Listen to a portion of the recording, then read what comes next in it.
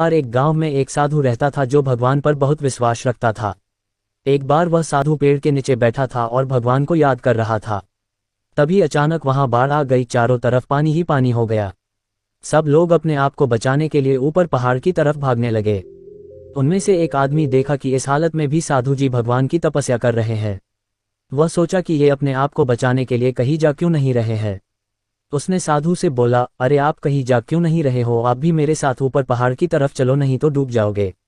साधु बोले, अरे हमें क्या होगा, मैं भगवान की इतनी तपस्या करता हूँ, मुझे कुछ नहीं हो सकता, मुझे भगवान अपने आप बचाएगा। धीरे धीरे पानी साधु के कमर तक आ गया।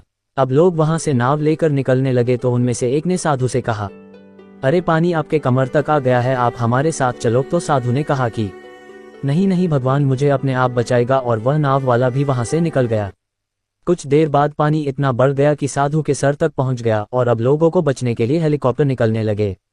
एक हेलीकॉप्टर साधु के पास आया जो कि आखिरी हेलीकॉप्टर था। साधु के पास नीचे रस्सी फेंकी और बोला, इसे पकड़ो और ऊपर आ जाओ, नहीं तो आप डूब जाओगे। यह आखिरी हेलीकॉप्टर है और आपके पास में दूसरा कोई रास्ता नहीं है बचने के लिए। साधु ने कहा, ये रस्सी वापस ऊपर खींच लो और आप चले जाओ, मुझे भगवान के ऊपर पूरा भरोसा है, वह मुझे बचा लेगा। पानी काफी ऊपर आ गया, पेड़ डूब गया और साधु की भी डूबने से मौत हो गई। मरने के बाद साधु भगवान के पास गया और बोला, हे भगवान, मैंने पूरी जिंदगी आपकी तपस्या की, मैंने सारा जीवन आपकी आराधना करने में लगा दिया, इतने भरोसे के साथ इंतजार किया कि तुम मुझे बचाने आओगे, लेकिन वहां मेरी डूबकर मौत हो गई और तुम नहीं आए, ऐसा क्यों?